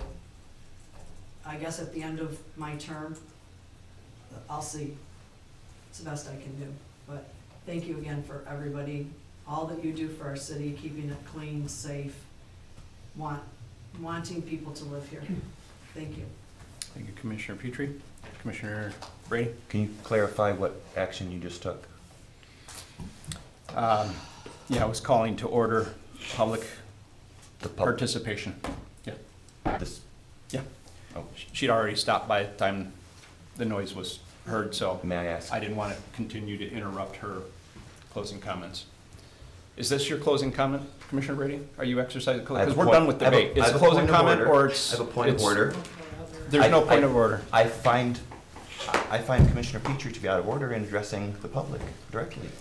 He gavelled me and I said. That's what my question was. Sir, she is also talking. A parent. Yeah. She is also talking. I will take my public comment time now and yield me the floor. Commissioner McCarthy, closing comments only, please. It is my closing comments. I want to thank everybody for coming. They're long, they're tedious. I think we're making progress. I swear we're making progress. Please bear with us. I have a question. You bring up a very good point about the right to speak freely and not be in any way limited. And so my question, may I ask a question of the city attorney, Mr. Mayor, in my closing comments? A rhetorical question, but there's no dialogue here. You can ask a question that he's not going to answer because there's no dialogue here. Perfect. It's a comment. That's okay. So here's my question, comment, and then perhaps he can respond back at another time.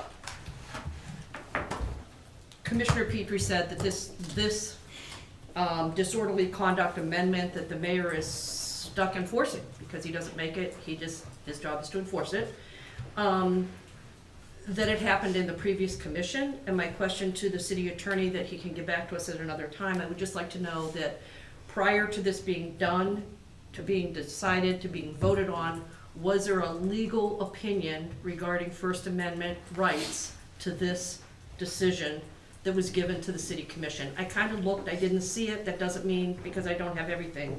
So my question would be, did our city attorney give us advice on this prior to us voting on it? And again, it was approved four approved, 1 without. So I just, again, it keeps coming up, and I think we should understand the background of it a little bit better, because some of us are working at a disadvantage. Last but not least, I want to thank everybody here for how hard they work for the city, because all of you put in all this effort to make it shine. And I'm just so very grateful to live here, and I'm very grateful that I got elected to be on this commission. I hope I make a difference. Thank you. Everybody travel safe tonight. Commissioner Brady, comments, please. I'm not happy with the selective enforcement that is being directed at me in particular.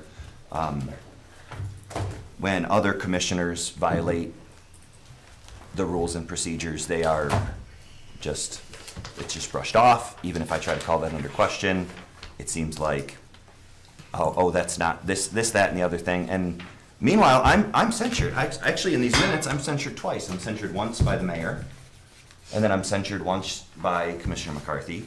And 20 years from now, when somebody looks back at the minutes, they're not going to have a clue why. There's nothing that states I wasn't named. There was no naming process that would allow me to defend myself, or, you know, I'm not yet 40. My career is not drawing to an end. In 20 years, when somebody looks back at these minutes, what are they going to find? I think it's very important. It's important to me, okay, on a personal level. Just sitting here at this job, it's important to me on a procedural level that our minutes should reflect everything that happened in the meeting that was procedural, including the city attorney's corrections, including all points of order. Half of my complaint is that points of order aren't ruled on or dealt with properly, and so I don't know how to move forward. And then it just becomes an arguing match in which I'm not allowed to speak. The chair, free reign. He speaks. When you look at this transcript, when you look at these minutes, the chair has paragraphs of explanations, all kinds of his thoughts and his feelings and this, we, that. The chair is an impartial chair. The seat of the chair is just to structure the meeting. It's so that we, the commission, can come to a decision. The only time he would vote is even if we got deadlocked. And so there's no need for his opinion. There's no need for his input. That's not what the people elected the mayor for. The people elected the mayor to make appointments and to run a good meeting. And 0 for 4. And appointments aren't going hot either. So that's my opinion. If there's mud on my face, I wear it. I apologize to some of you that think that I'm just up here being a stick in the mud. Maybe I am. Maybe I am, but it's for reasons that I need to uphold to, okay? Ask the staff who they're behind before you apologize to them again. That's it. Any other commissioner comments? Commissioner Glissman. Oh, yay. I'm going to remind you about America 250 on January the 12th at 3:30 at the rec building. The committee will be having another meeting, and we hope to move forward on some decisions. This week I will also be meeting with Jim Alt from DDA and see if there's something that America 250 can do in that regard. Dare I say it, I'm going to bring up minutes. As you know, I've been old enough to be the secretary of many organizations for many, many, many times, and I used to be the one that had to dot the I, cross the T, and put every bloody word down. And then one time somebody said to me at one of the meetings, Linda, all you have to do is put down who made the motion, what the motion is, who seconded it, and how they voted. You don't have to do all that stuff. Oh my gosh, it was a revelation. It was, I went from I'll never be secretary again, and those of you who have been in groups know being the secretary is the worst job, to it not being too bad at all. So I feel for Ramona. She's kind of been in a bad place because the meetings have been less than productive as they should be. And we've had to work through a lot of disagreements. I think things are getting better, but I do want to say, in reference to Mr. Hain, I know I have listened to him and read some of the things that he's written, and the man is highly intelligent, and he doesn't deserve some of the comments that he has gotten here. He is a remarkable person, and he hasn't been given a chance. And I feel really badly for this because people have come and attacked him for no reason whatsoever. Right from day one, he has been attacked and challenged. And sometimes I need to say, I know some people in this room aren't going to like this, but there is a spirit. And the spirit of chaos does not come from Jesus. The spirit of chaos comes from evil and Satan. And I think those of us who are believers better focus on that. I will stand up here, and I don't care who you are, and I'll go nose to nose with you and say, I stand for Jesus Christ, my Lord and Savior. And because of him, I stand on righteousness, look for what is right in government, and vote that way. I'm not voting to make you all Christians or any other religion, but I will stand on my my Judaic-Christian beliefs. And if you don't like it, go have a pity party. Thank you. Amen. Any other commissioner comments? That brings us to comments, city manager. Oh, Commissioner Atwood, please. Yeah, I would just like to first apologize to a few of the city staff who has worked so hard on these hours. And what seems, in my opinion, as kind of an organized attack on, you used words such as narration, meaning you're saying that staff has put their thoughts and feelings into these minutes. Again, this isn't my first rodeo, and you know, when someone makes a public comment and then somebody has an elaborate motion, those are sure signs of talking outside of city meetings. I brought this up before. I will not stand by anyone who is having discussions like these outside of city meetings. Ramona's been doing a great job at our minutes. It hasn't been a problem until there was a problem. 40 hours of staff time is not a good use of public tax dollars. So, in my opinion, I would be scared to take minutes after those meetings and not get it wrong. But apparently, staff is put into a predicament where they can't get it right. And this form of leadership is toxic. It is chaotic. And I don't appreciate you attacking my brother in Christ with your comments. And if you would watch the meetings, when Commissioner Brady was making his comments, you guys were making funny faces towards a fellow commissioner and a fellow brother in Christ. So I would definitely be mindful of that. And I do know that Jesus also preached love. He wasn't here to change the government. He was after the human heart. And we need to be mindful of the human heart in all aspects of life and in local government. So, again, sorry to staff. We have a great clerk who, in my opinion, we could easily lose. When you throw a pebble into a pond, I've said this before, you will lose staff. You will lose management. And that comes directly down to the leadership of this commission. So I'm thinking about putting a mirror right here in front of how does this decision affect our community? How does my demeanor, my actions, my words, my body language, how does that look to the community when others are speaking? Even I look out at the crowd when others are speaking up here and they're not given respect and honor in their seat, in their position. That's rude, that frankly, that is very inconsiderate and childish. So everyone needs to take a strong look in the mirror and get a better grip on life. I mean, crying out loud, I have accountability partners in all aspects of my life.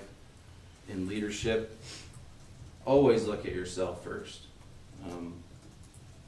Because half the time, you know, any relationship's 50-50.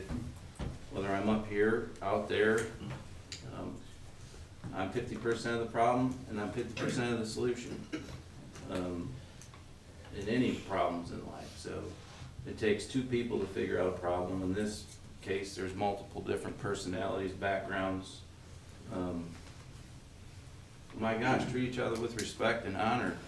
Everyone up here was elected by the same people, if not more or less. But this is embarrassing, and the staff isn't going to put up with it. They can go work anywhere and get a good paying job in any city. They're poaching. I guarantee you all these people have had calls looking for, they see the dysfunction and the chaos. You guys are blaming one person up here. That's all I hear, is one person being blamed. And that's not the case. I mean, marriage is 50-50. Look at all the people we have up here. If I'm part of the problem, shame on me. I'm gonna look at myself first. So look at yourself first before you even speak. Yeah, so I just feel bad for the staff. I mean, there was nothing on our agenda, and we're here till 8:30, and the minutes are still not solved. So please get your comments to the clerk and let her know what you don't like about the minutes so she can present us something that we can approve, please. That's how you do things in government. This is not good government.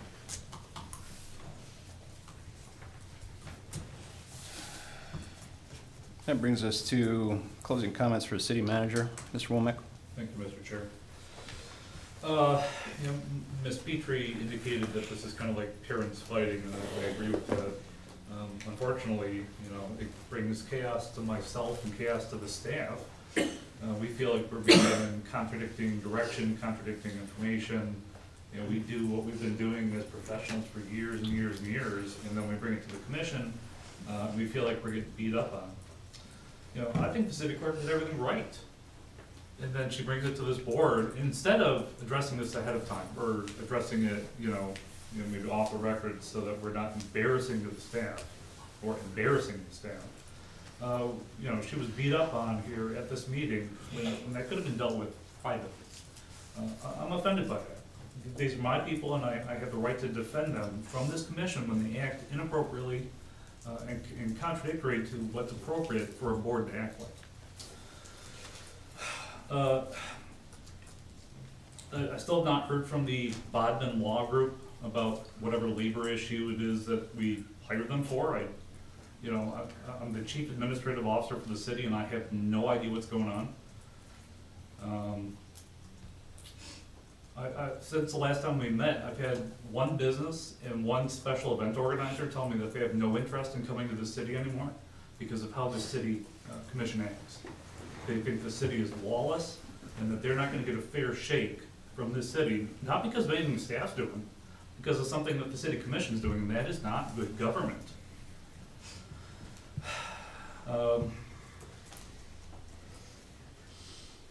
And I guess the last thing I'd say is you attract more flies with honey than vinegar. You know, we can debate Robert's rules, and we can debate appeals of motions, and we can debate out of order and censure and all the things. But man, I've now worked with 4 different mayors, dozens of commission members, and I don't think I've ever had a meeting this aggressive and this, in opposition to each other. You know, boards generally work with each other. They work to find solutions to problems.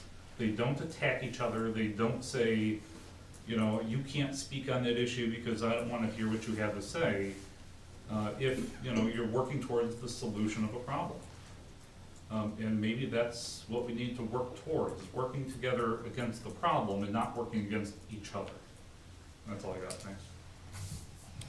Thank you. I'll keep it brief. Again, thank you to the staff for being here. Thankfully, it is not 11 o'clock. There's been a lot of comments. It continues to be contentious here. I apologize to the public for that. Apologize to the staff. As Commissioner Atwood had stated, you know, we're all up here. It's not one single person. It's a collection of people. We're the body here that has been elected. Some of us hired on the ends there, but we have a responsibility, and we have a responsibility to unite and work together. And I agree with that statement. I wish that some of the commentary that has been given tonight would be taken by the giver. As it has been stated, look in the mirror. The assumption is that people aren't looking at themselves and contemplating and gaining counsel and doing research. For my part, I am. I stood on the platform of accountability, transparency, and unity, first and foremost for this commission, for the city, because that's something that I saw a problem in when I was a resident sitting on that side. And I think that pretense has created a premise for friction coming in. There were assumptions about what I would or wouldn't do. There continues to be. And I think that change is hard. There's a lot in this city that is not being handled correctly. We don't follow rules. We are relying on bad habit, ad hoc procedure, rather than just acknowledging, hey, look, there's a rule here and we could have been following it. Yeah, we haven't been, but that's okay. We don't need to go and write the history. We just need to start from here and move forward. And that's all I'm trying to do. And I think that by doing so, it will bring that accountability and transparency and unity that I sought for when I ran for this position. That's what I'm trying to do. And yes, it is unfortunate to hear parents fight, and it does take two to tango. But you know what? At the end of the day, you know, there has to be a resolution. And when we have obstinance and stubbornness, and you can see that there's blatant rebellion against what is right, what is clear, what is defined, then you have to take a stand, and sometimes you have to take it firm. And if that looks offensive and aggressive, I'm sorry. But that is reality. That is how you correct things, especially when you are facing obstinance and rebellion. And I'm still committed to that. I'm still committed to that platform. And hopefully we can get through it speedily so that the public doesn't have to suffer as that wrong is being righted. If it wasn't wrong, I wouldn't have ran to try to correct it. It wouldn't have been a platform issue in the first place. I have other platform issues that I can't get to because this is in the way. Until we get this taken care of, none of the other platform issues can be addressed. Not effectively, at least. I urge the public to do their own homework and research when they're watching these things and reading these things. There's a lot that's being said that's dismissing what is clearly defined. It's unarguable. Yet, we're up here arguing for hours over it, and we shouldn't be. And it's my commitment in future meetings to ensure that we don't do that anymore. You got a little bit of taste of that tonight. It isn't that I'm trying to suppress a voice. I let people speak. But at some point, we need to remain germane to the topic that we're here, the business that we're here to address. We keep getting off tangent. And if that continues to happen, and I don't correct it, then I'm the only one to blame. I'm presiding over this meeting. And there was a sharp learning curve at the very beginning. There's people here that have been sitting here for years, multiple years, yet they seem to not recognize that we have a charter that says the mayor shall be the executive head of the city. He shall have a voice in all proceedings of the commission. What does that mean for impartiality, which comes from Robert's rules, not our charter? Does the charter supersede Robert's rules, or does Robert's rules supersede the charter? It's unfortunate that we have seasoned veterans here that can't just get their act together with what we have in black and white. Hopefully we can correct that. Hopefully we can correct that and we can move forward and we can start getting business done more efficiently for all of your sake, for all of our sake. That's my commitment. I hope that everybody had a blessed and great Christmas and New Year, and that there's a great New Year ahead of each and every one of you. Thank you for coming to this meeting tonight. Is there a motion to adjourn? Moved by Commissioner Petrie, seconded by Glissman. Meeting adjourned.